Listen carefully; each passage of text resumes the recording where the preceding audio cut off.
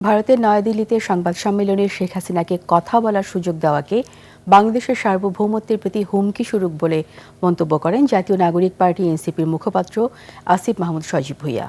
রাজধানীতে দলটির কার্যালয়ে এক জরুরি সংবাদ সম্মেলনে তিনি বলেন, বাংলাদেশের সার্বভৌমত্ব নষ্ট করতে শেখ হাসিনা ও আওয়ামী লীগ সর্বোচ্চ চেষ্টা করছে।